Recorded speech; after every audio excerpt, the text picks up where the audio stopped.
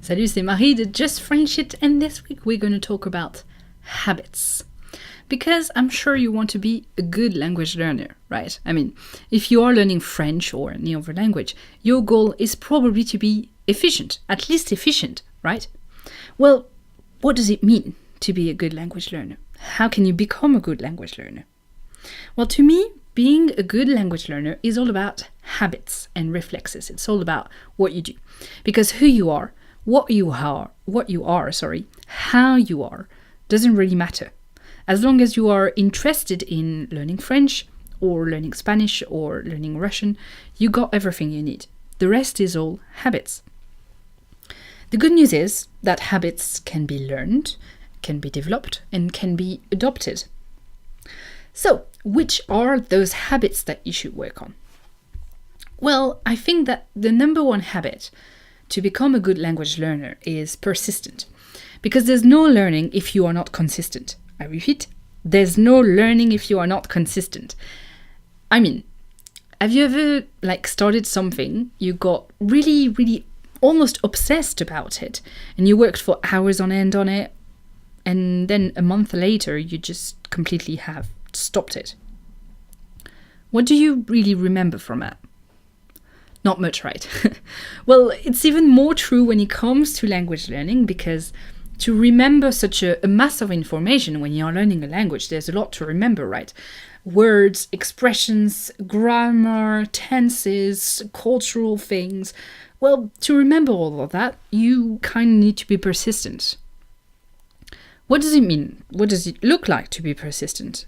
Being persistent, I think, is coming back to your learning regularly and to more or less follow a more or less strict routine. You know, it doesn't have to be set hours and set things, but a sort of routine, something that you do over and over again.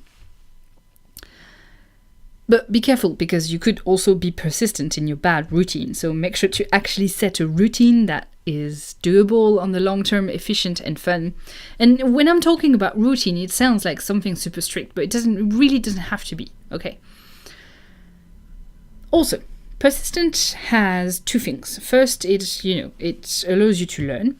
And the second thing is that it gives you, as a bonus, motivation.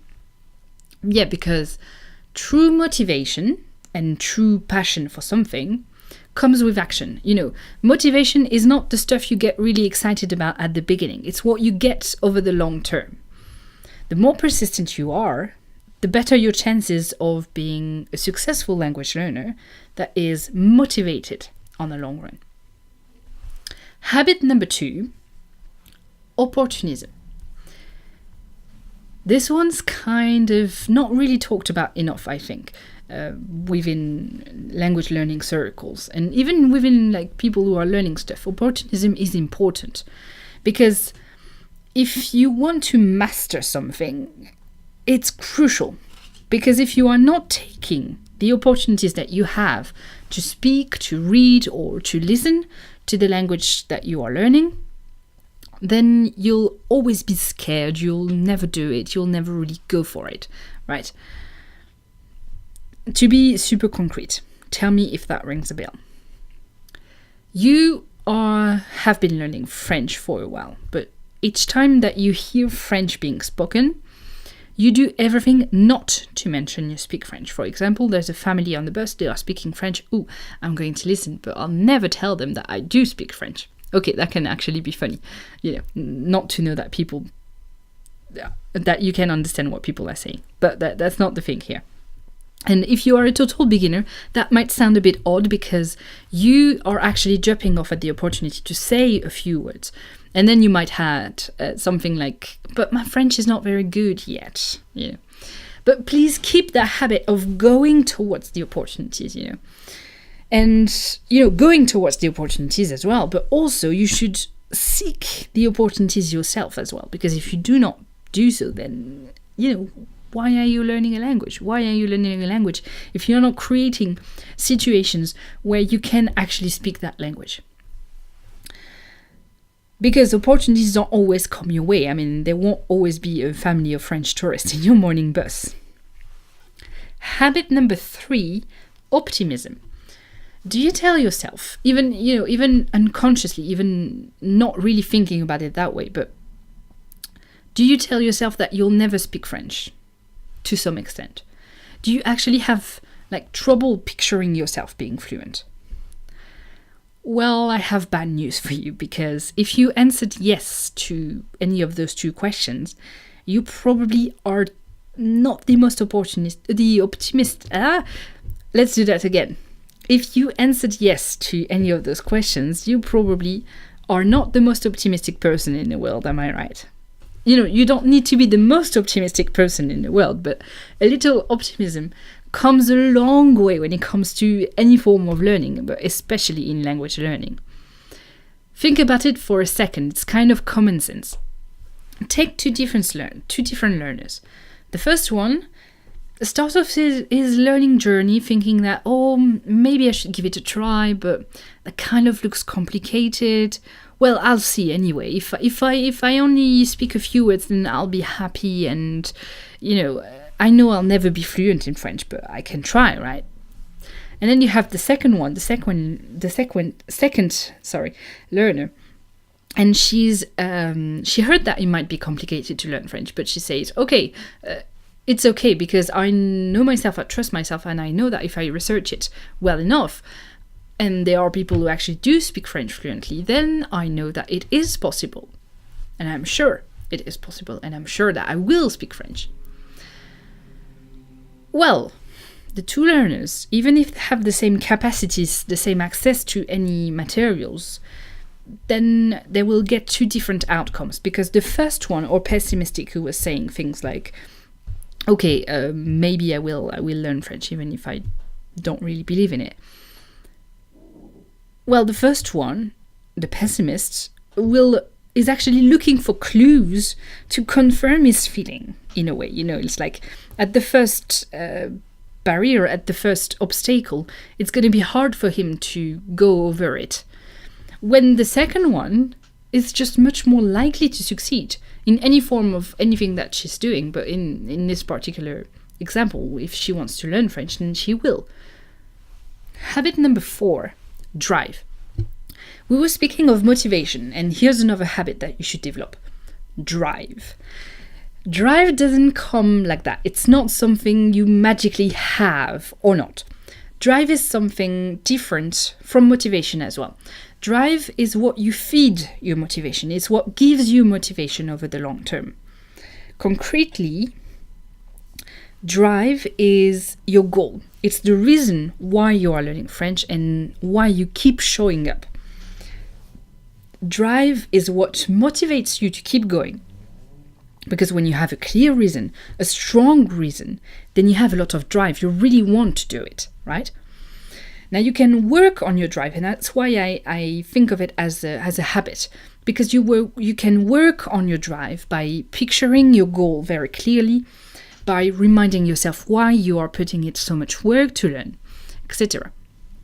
Drive will allow you to, in a way, lesser the weight of persistence, because keep showing up, to keep putting the work.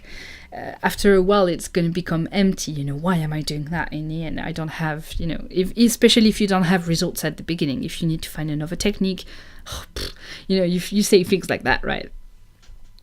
Well, if you have drive, if you have a strong reason to learn, then the stronger your motivation will be to actually keep showing up. And over the long term, the more determined you'll be.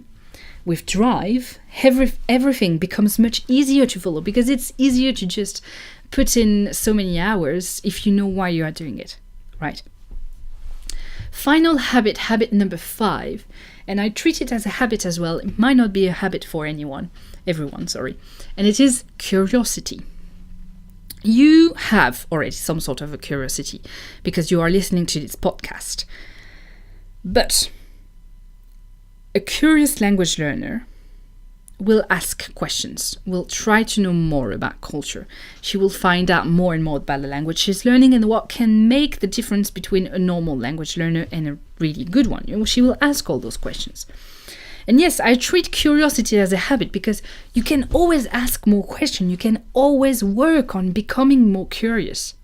And when it comes to languages, if you don't have this curiosity, you will stay at the surface. And the surface is what I call the surface is grammar, vocabulary, and a few expressions. If you stay there, you'll never really be fluent. You'll just speak the language more or less good, right? If you really truly want to be fluent, you need to dig deeper than grammar, deeper than vocabulary, deeper than the expression. It doesn't mean learning more of it. It means asking yourself questions like, oh, why do the French people do this like that? Or what does this expression mean literally? Or how can I make myself sound more natural when I speak French? What kind of sound do French people make when they are annoyed? Etc., etc. The more information you know, the more questions you ask yourself. I mean, the more questions and the more answers you get, the more questions you'll have, etc., etc. You know, it's a circle. It actually never stops. And after a while, you'll even start asking yourself questions about your own culture and your own language. And you'll see them from a different point of view. And that, when you arrive at this point, you become an extremely good language learner because you shift your point of view from a monolingual to multilingual, bilingual, however you want to call it. So what now? You have those 5 habits. Persistence, opportunism, optimism, drive, and curiosity. How can you develop all of that? Well, it's a process. I gave you some clues already. But it's important that you remember that even though you can work on all of those things, don't expect to be a perfect language learner from the beginning. You can learn all those things as you go along your learning journey. We all start somewhere, and, you know, as with anything, we definitely not start at the top. So if you want to become a good language learner, you should sign up for the emails to get notified each time I release something that could help you. I share videos, podcasts, stories, articles that could make your language learning to the next level, that could take your language learning to the next level. And if you enjoyed this podcast, subscribe to Just French It, give me a thumbs up for good karma, and I'll see you in the next one. Bye.